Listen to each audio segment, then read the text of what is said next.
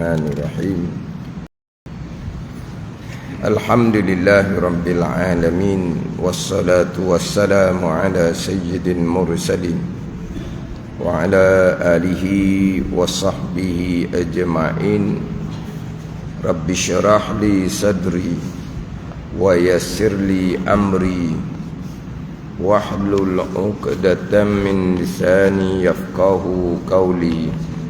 Subhanaka la ilma lana illa ma 'allamtana innaka antal alimul hakim. Wala haula wala quwwata illa billahil aliyyil azim. Kitab Penawar bagi hati, muka surat 65. Muka surat 65 baris ke-10 daripada atas. Baris yang ke-10 daripada atas.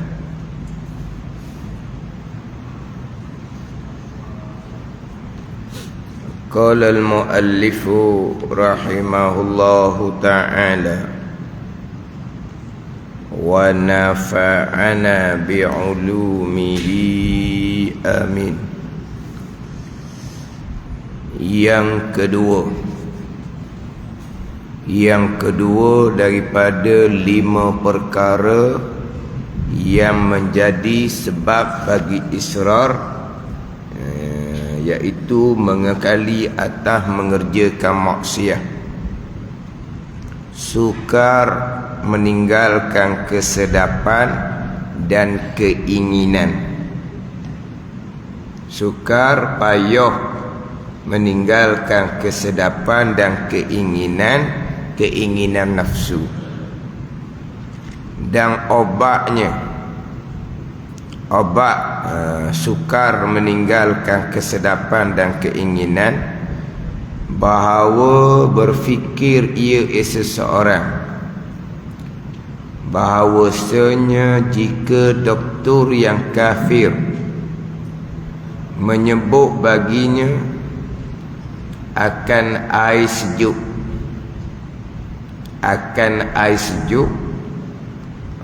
saya tanda sini ni air batu.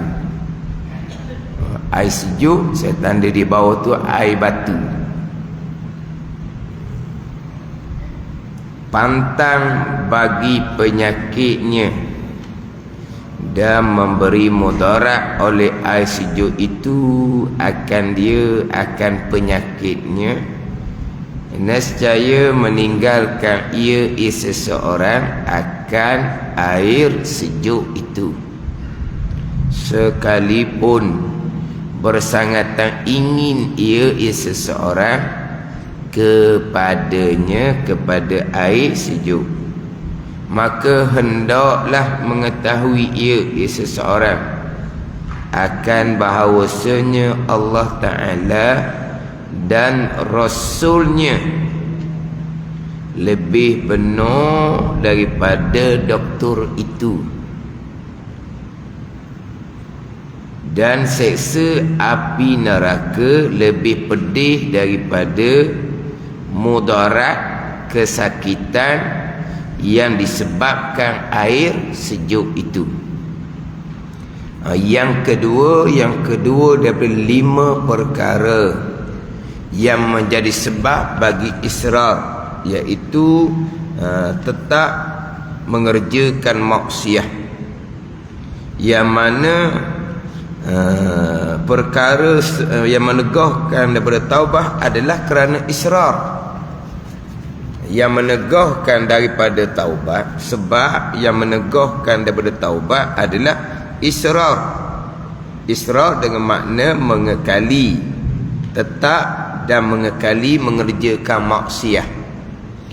Yang mana terkadang ketika tetap mengekali mengerjakan maksiat ada kesesalan, tetapi walaupun sesal itu salah satu daripada rukun taubah, tetapi meninggalkan maksiat itu salah satu daripada 3 rukun taubah.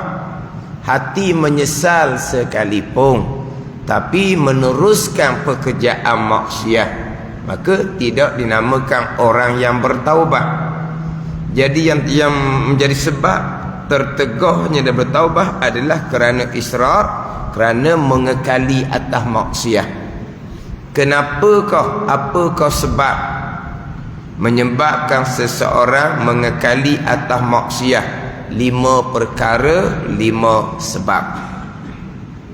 Sebagaimana bicara minggu lepasnya, ini bicara orang-orang yang berilmu.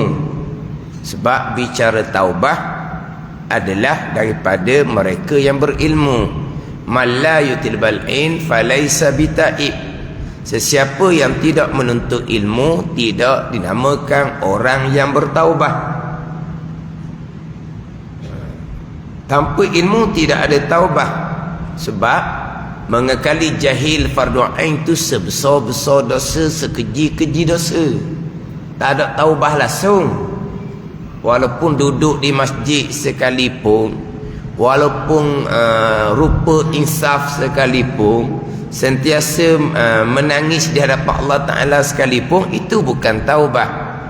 Sebab mengekali jahil fardu ain itulah dosa besar kerana mengekali jahil fardu ain. Bila jahil fardu ain akidah, berpegang dengan akidah yang dosa besar. Bila mengekali jahil fardu ain fiqh, semayang tanpa melengkapkan syarat dan rukun, dosa besar yang lain pula.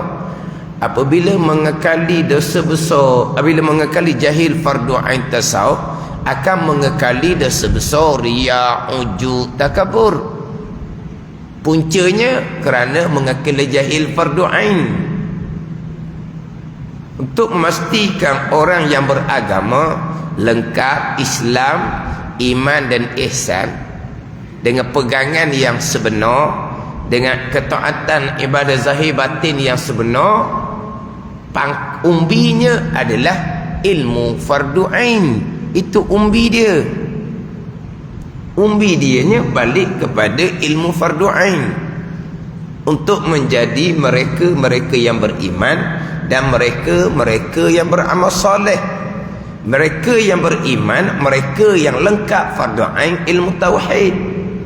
Mereka yang beramal soleh, mereka yang lengkap ilmu fardu ain fiqh dan tasawuf.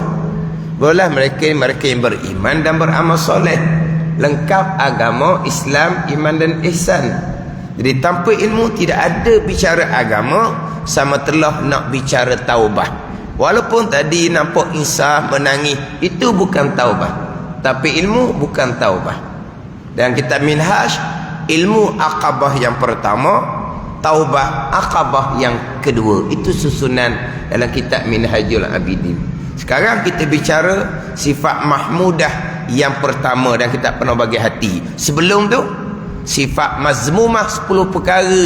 Kenal tu dulu. Barulah pergi pada taubah daripada sifat mazmumah 10 perkara terdahulu.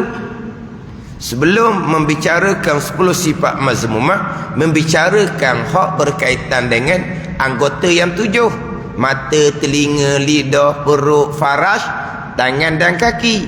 Apakah maksiat daripada anggota yang 7 yang wajib bertaubah? Maka ilmu terlebih dahulu.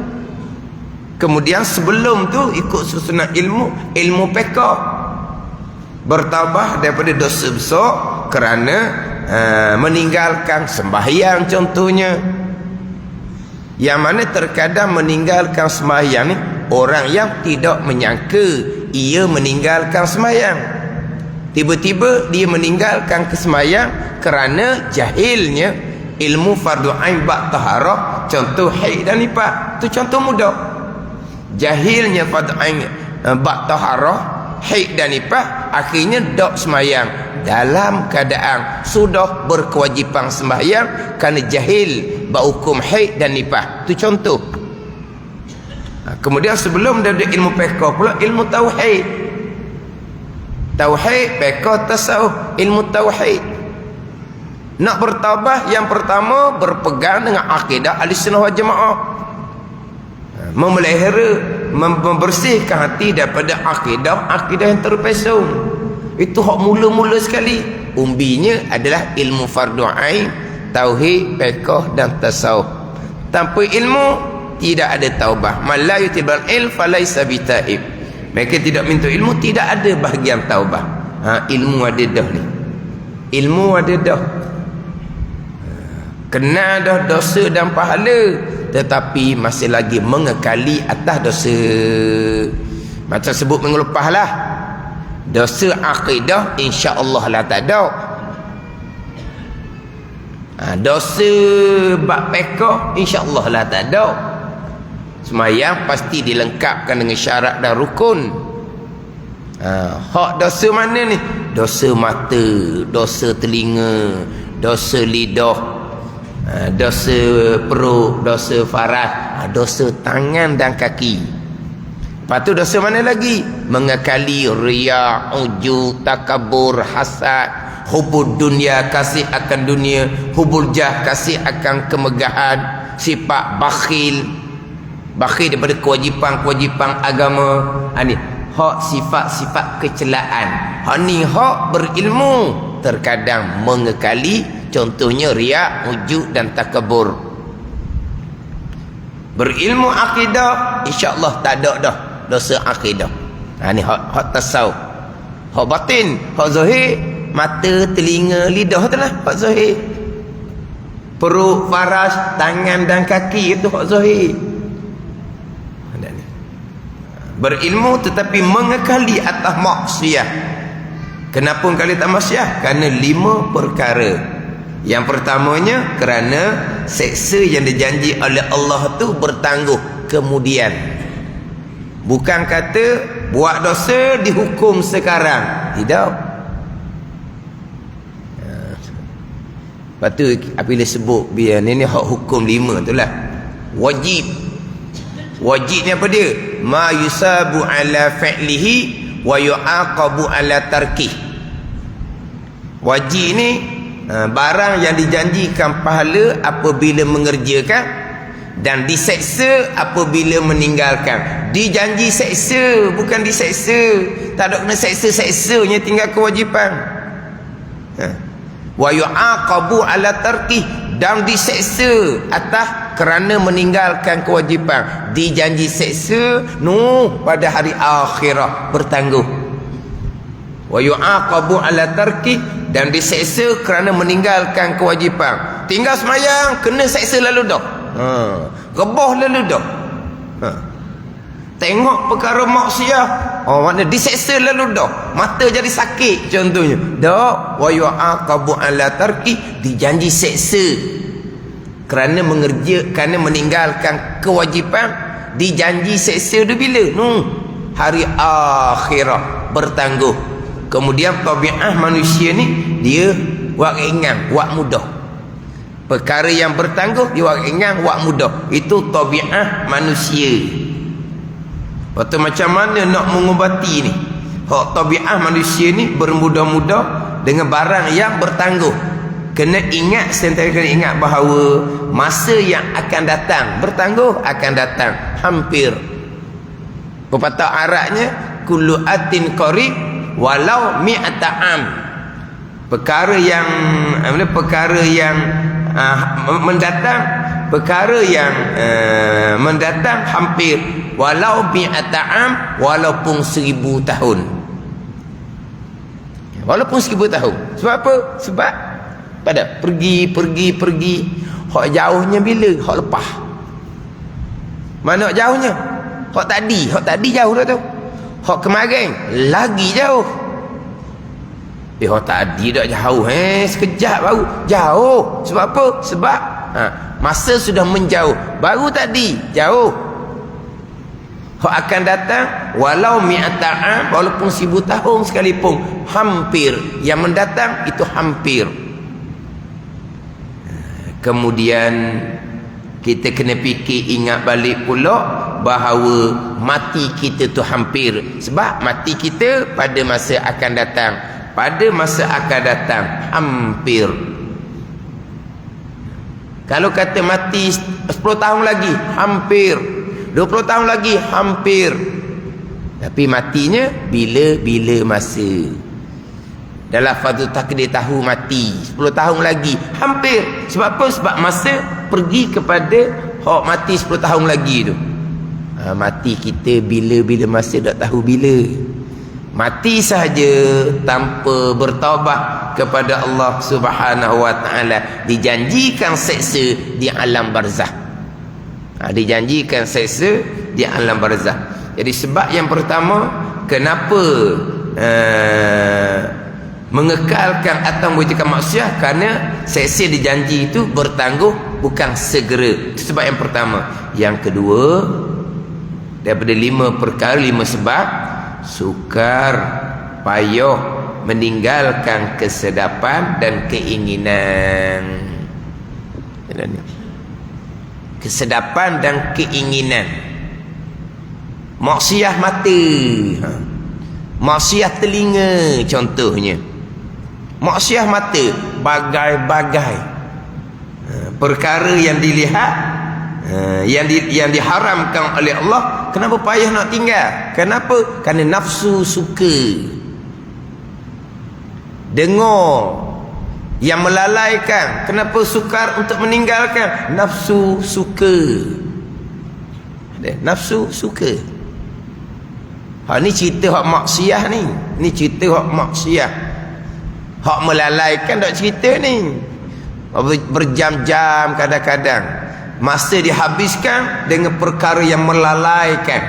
Berjam-jam dengan perkara yang melalaikan, yang tidak maksiat tapi melalaikan, akhirnya bawa kepada maksiat.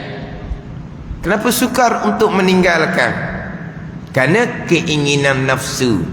Kerana kesedapan, kerana keinginan nafsu.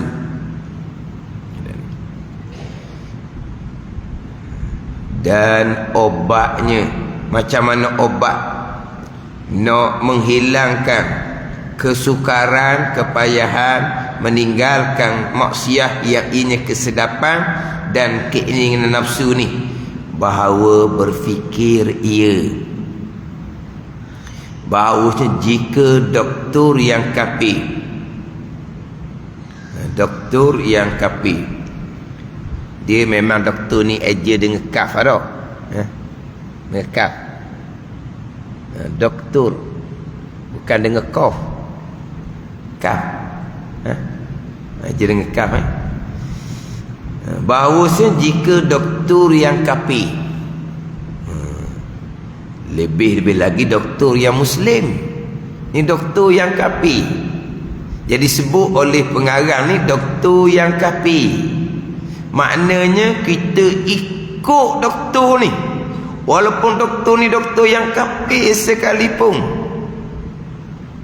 Lebih lagi kalau you beritahu tu doktor yang muslim, doktor yang kafir sekalipun.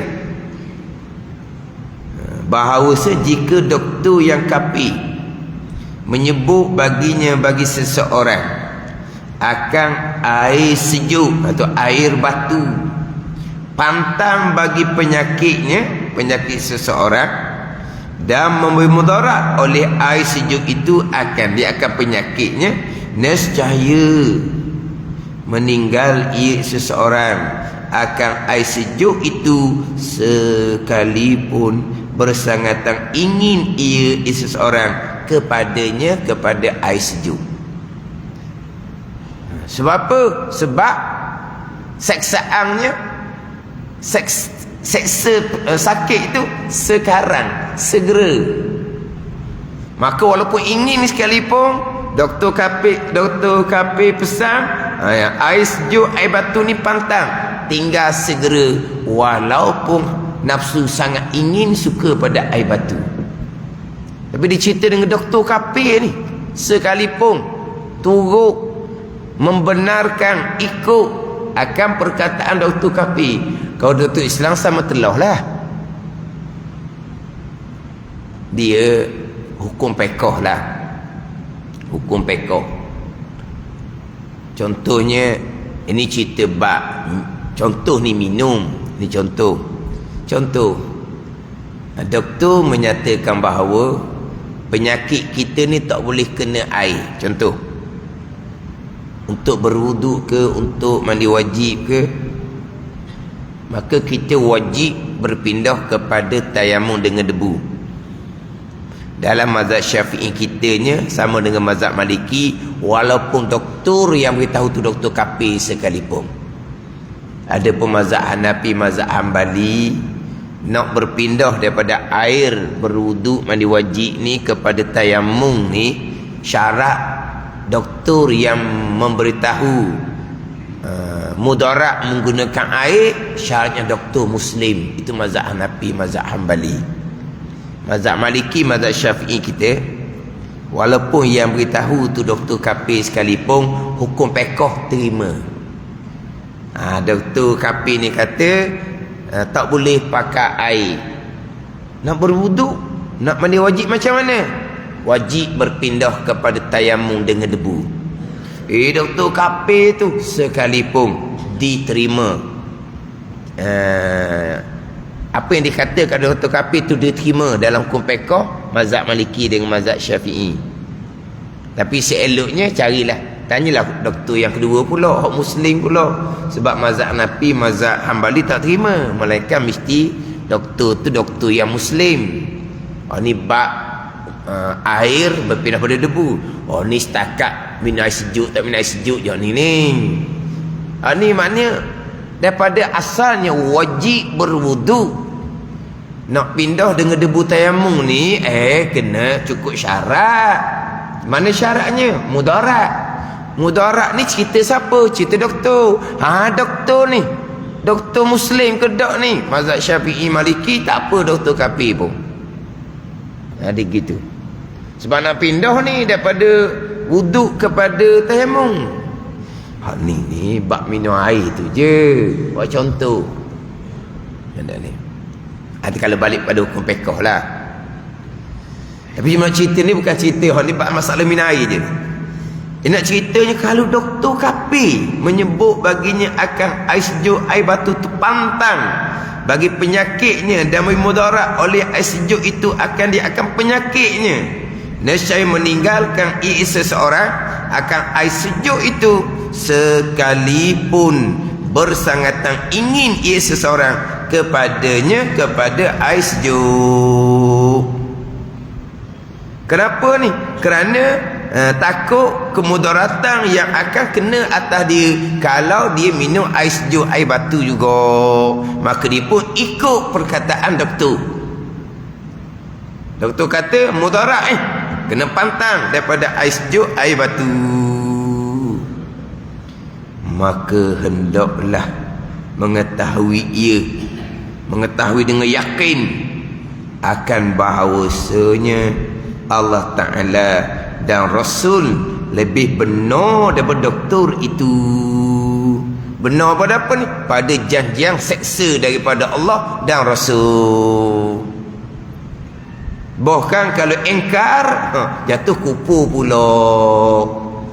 Janjian daripada Al-Quran hadis, neraka tadak-tadak jatuhnya. Tu dia kafir lah, kita maklum. Jadi hak doktor kata tu boleh jadi ya, boleh jadi tidak. Tapi hak Al-Quran hadis beritahu hak tu pasti lebih benar daripada doktor itu. Dan seksa api neraka lebih pedih daripada mudarat kesakitan yang disebabkan air sejuk itu. Anda fikir gitu je lah. Ada ni. Jadi memanglah maksiyah tu keinginan nafsu. Keinginan nafsu pun Al-Quran hadis peringat dah, memberi peringatan akan seksaan pada hari akhirah. Al-Quran hadis memberi peringatan berkaitan seksaan akhirah.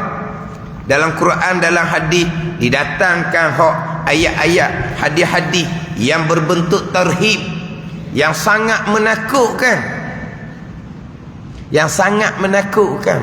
Hak doktor beri peringatan air sejuk, air batu tu mudarat pada penyakit. Seksaan yang dijanjikan dalam Quran dan hadis, hak tarhib peringatan dalam Quran hadis, hak tu lebih benar. Hak tu lebih pedih nak banding dengan mudarat daripada kerana dia tidak pantang daripada air sejuk tadi.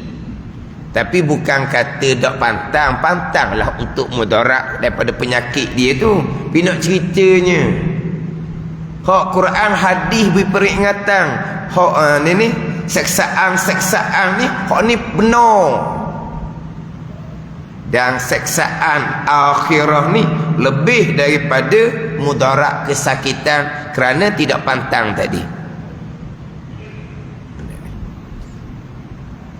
Ingin sangat pada air batu, tapi ingat mudarat penyakit tinggal.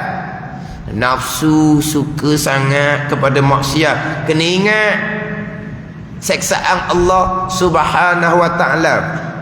Peringatan seksaan Al-Quran dan hadis benar dan lebih pedih daripada mudarat kerana sakit tak pantang tadi.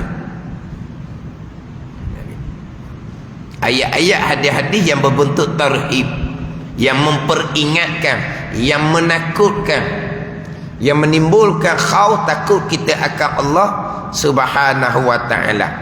Di ayat ni ada berbentuk taghrib dia panggil, yang menggemarkan, yang menggembirakan. Cerita bab balasan baik nikmat di hari akhirat. Tapi diiringi dengan ayat tarhib.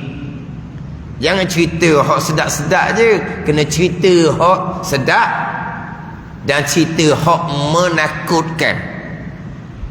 Peringatan yang menakutkan daripada Allah dan daripada Rasul.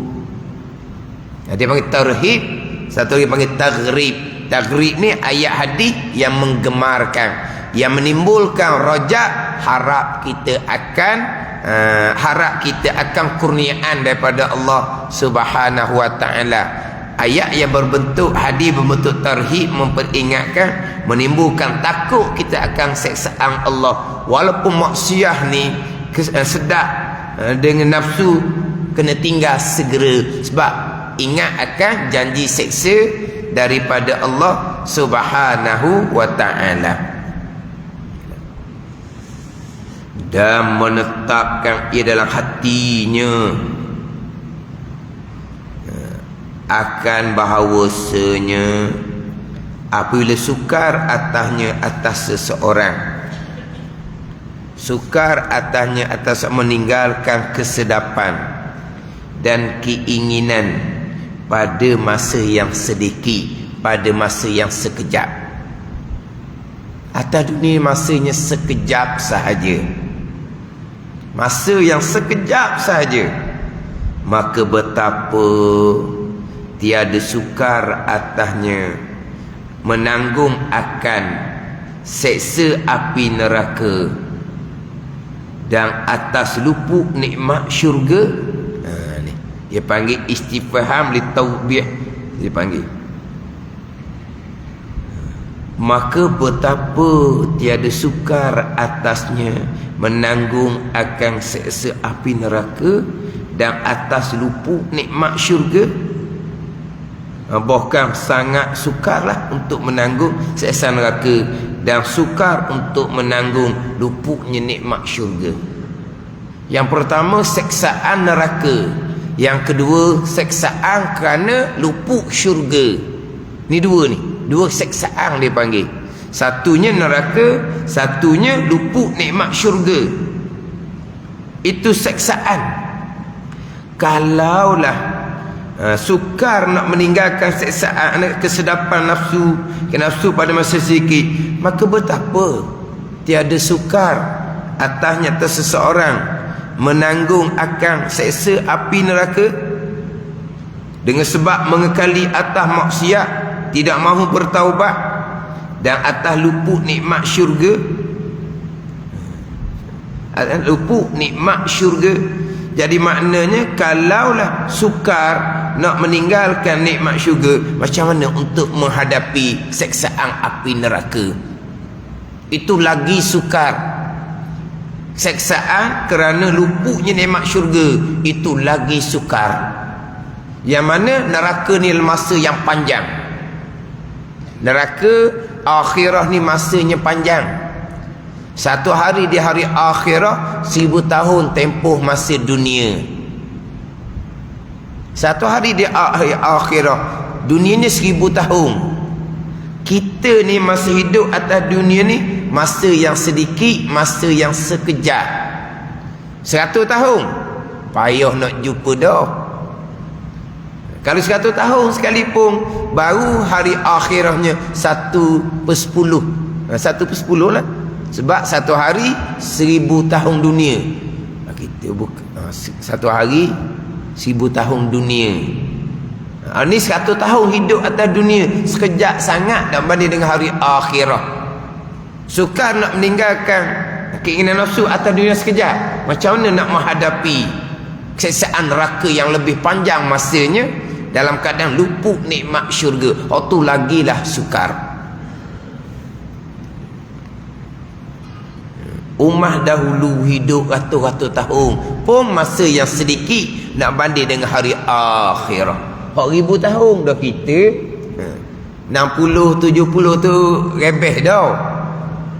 Tak nak pergi dah 70 80 tu pun tak sampai. Tak sampai. Hak umur sebaya, hak kawan sekolah, ramai mana dah tak ada. Umur 50-an ke, 60-an ke, 70-an. Lagilah. Hak ada tu tak berapa orang dah ni. Hak 50-an pun. Hak 50-an. Kalau 60-an tu ramai tak ada dah. Kan sekarang ni boleh tahu kan, dia ada guru sekolah tu kan. Mati. Muda-muda lagi. Kalau kira kau sihat dia. Kalau kira bak jaga makan, selalu exercise, dialah jaga makan, selalu exercise, jaga kesihatan. Tapi sampai masa mati, kejap je hidup. Ni ceramah lah. Ni ceramah. Orang ceramah. Dia kata hidup atas dunia ni, dia kata umpama ceh gesek, dia kata. Ceh gesek, nyala, lepas tu padam. Lama tu je hidup dunia. Pada ceh gesek. Tak ada faham tau. Ceh gesek. Tak ada ceh. Ni, ceh. Ceh lah. Colok. Kena colok. Kena gesek. Budak-budak. Kena gesek. Terengganu tau. Terengganu. Lepas tu tak kena gesek. Kan Haji? Tanya waktu Haji. Haji mana? Gesek. Budak tak kena gesek. Ceh gesek. Itulah colok. Mancis. Colok cak lada tu lah. Budak-budak kena colok cak lada. Kena colok cak lada. Kena colok cak lada, kena. Ada lagi sekarang tau. Tak ada lagi. Pada ceh gesek, dia ambil mancis tu. Pada mancis. Bukan mancis juga ada hak biskut tu. Itu mancis lain. Ni dia ceh gesek. Mancis tu dia pun nyala dah api, nyala. Lama mana nyala? Sekejap padam. Tu ya hidup atas dunia. Dia buat ceramah gitu. Dengar dia buat cerita sedap. Dia kata hidup atas dunia umpama ceh gesek. Sekejap je nyala api, berapa saat je. Tangan kena lepas dah, tidak apa. Makan tangan lah kalau tak lepas. Sekejap sangat. Diumpamakan, ada orang ceramah, dia kata diumpamakan burung hinggap atas dahan kayu. Burung hinggap atas dahan kayu. Sekejap sahaja burung tu akan terbang ke lain. Itu je masa hidup kita di dunia. Masa yang sedikit, masa yang sekejap. Kalaulah sukar untuk meninggalkan kesedapan, keinginan nafsu dan masa sekejap, macam mana nak menanggung seksaan neraka masa yang panjang? Ini cerita seksaan neraka bagi orang yang beriman, yang melakukan kemaksiatan tanpa bertaubat. Sebab ini cerita orang yang berilmu, yang beriman, yang berakidah, yang mentauhidkan Allah tetapi melakukan maksiat zahir dan batin tanpa bertaubat. Kenapa? Kerana maksiat tu sedap dengan keinginan hawa nafsu, maka dosanya banyak, dia akan diseksa dalam neraka Jahannam. Tapi masa seksaan cukup panjang, walaupun tidak kekal sekalipun, sebab dia orang yang beriman. Oh, kalau hak mati kufur wa'iyazzabillah, tu tak ada bicara hak tu. Hak tu tak cerita dah. Masa yang lama di hari akhir tak cerita dah tu. Sebab apa? Kekal neraka selama-lamanya wa'iyazzabillah. Ini cerita ni orang yang ada iman, orang yang ada akidah.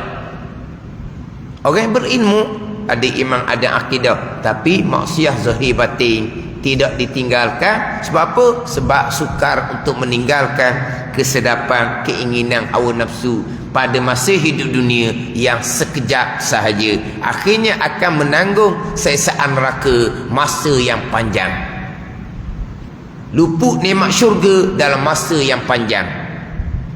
Kenapa? Kerana tidak mengekali maksiat tanpa bertaubat dengan Allah Subhanahu wa ta'ala. Ini hak sebab yang kedua daripada 5 sebab. Kemudian tengok kitab ni,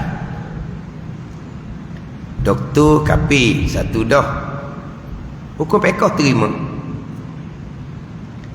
Air sejuk, air batu tu pantang, mudarat, kata Doktor Kapi. Maka tinggal hak Doktor Kapi kata tu hak mudarat, walaupun nafsu suka beli air batu. Kenapa? Kerana takut jadi mudarat penyakit. Ini semua panggil apa? Asbab belaka. Faham tak? Ni kitab ni bicara asbab lah. Dah lah doktor tu Doktor Kapi. Kamu percaya pada Doktor Kapi? Percayalah. Sebab dia ada dia punya apa? Dia ada dia punya apa? Dia punya apa? Ha? Bukan, dia ni dia kerja dia tu kan dia apa?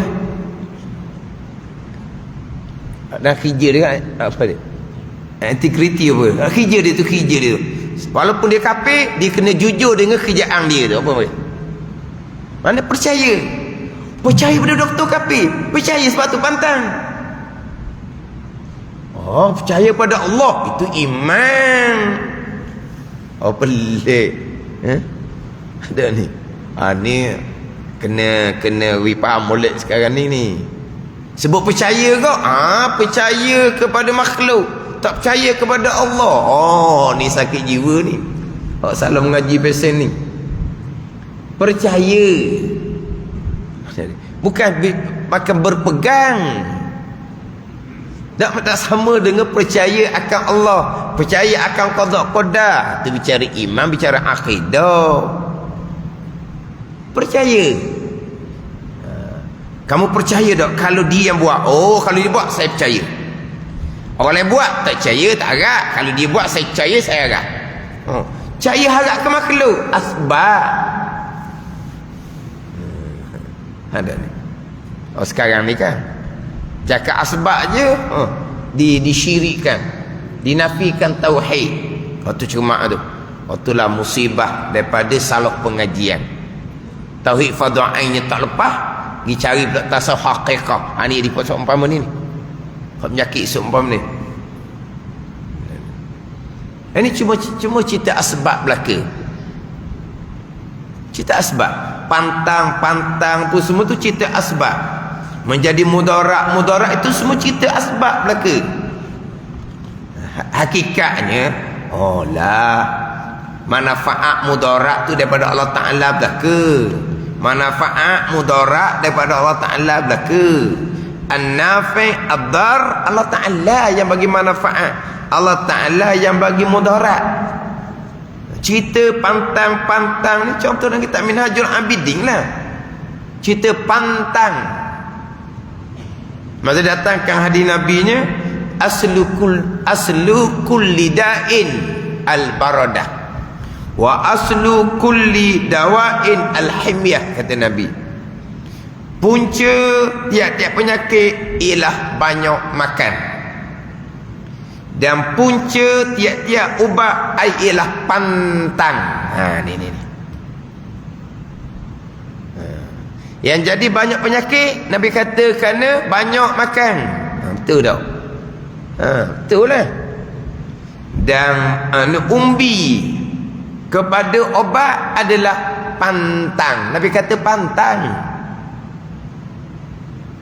Imam Ghazali buat bandingan berkaitan dengan buat ibadah kemudian pantang daripada maksiat. Buat ibadah pantang daripada maksiat. Yang lebih besarnya adalah pantang daripada maksiat. Ibadah kurang tak apa, janji pantang daripada maksiat. Ibadah buat, maksiat buat, tak jadi gitu.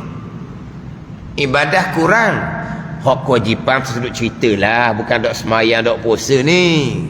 Hak wajib tu tetaplah. Tapi amal sunat dia tak ada. Semayang sunat tak ada, puasa sunat tak ada, baca Quran tak ada. Tapi dia pantang daripada maksiat. Itu lebih baik daripada rajin buat amal sunat tapi maksiatnya tidak dipantangkan.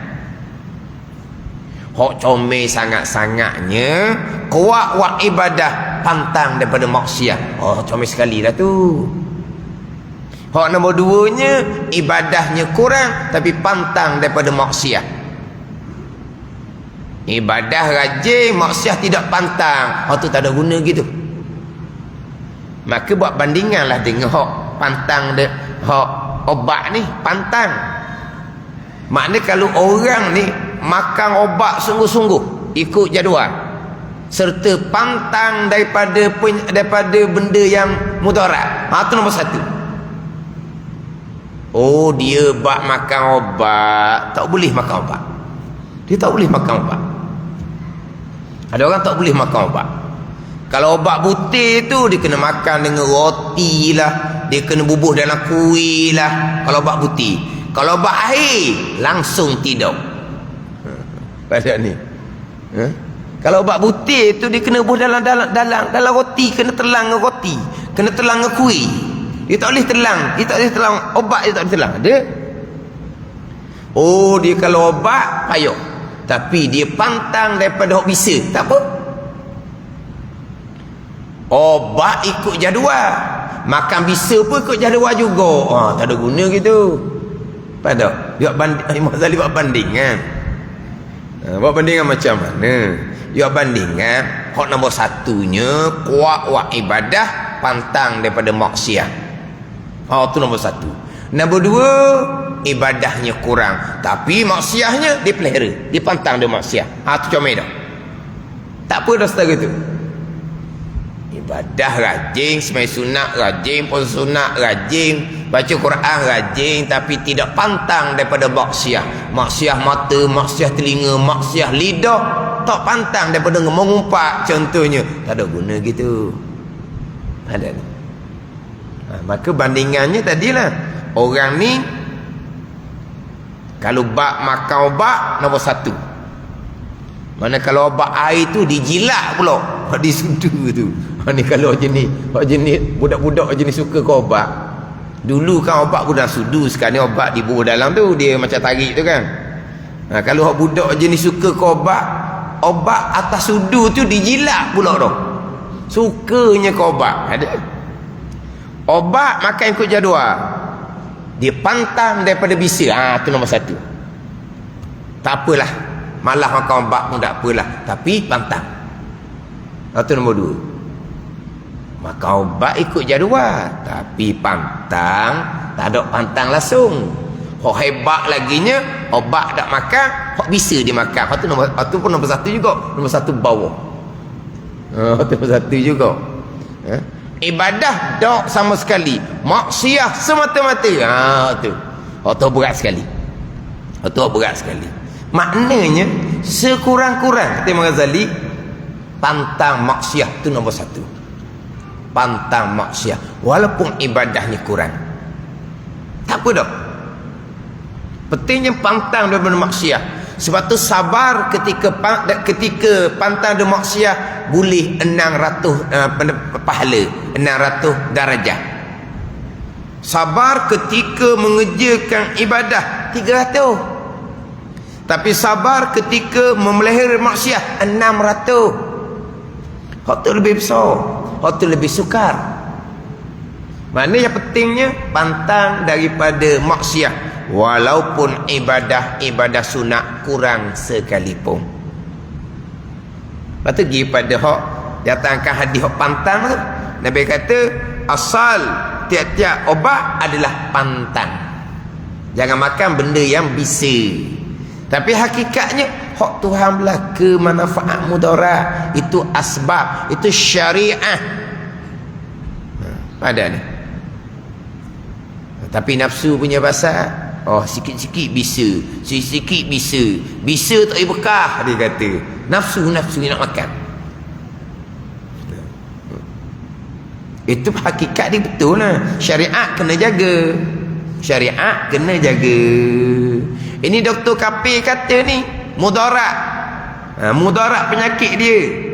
Itu cerita asbab.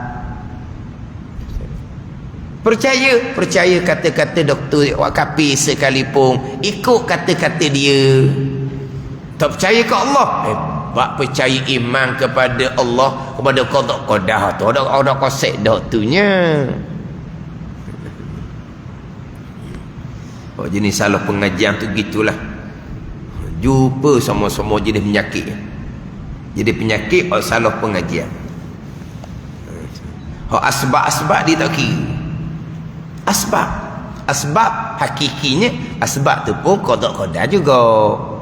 Lepas makan jadi penyakit bertambah berat, qada juga. Dari makan tu pun hakikatnya qada. Tapi kalau buat perkara buruk, jangan sandar pada qada.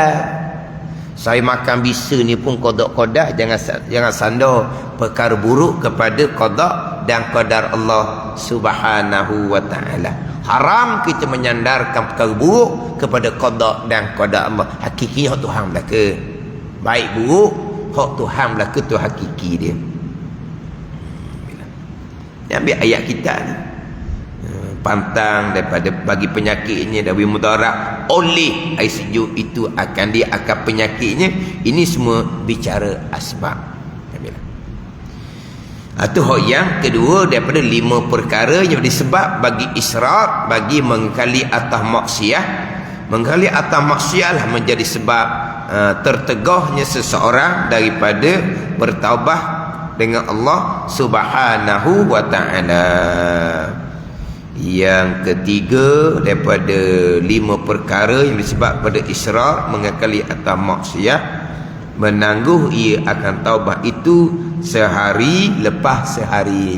Nanti ni nak bertaubat tapi bertangguh sehari. Ini di antara sebab bagi israr, mengekali atau maksiat yang menjadi sebab tertegahnya seseorang daripada bertaubat dengan Allah Subhanahu wa taala. Wallahu a'lam. Bismillahirrahmanirrahim. Alhamdulillahirabbil alamin.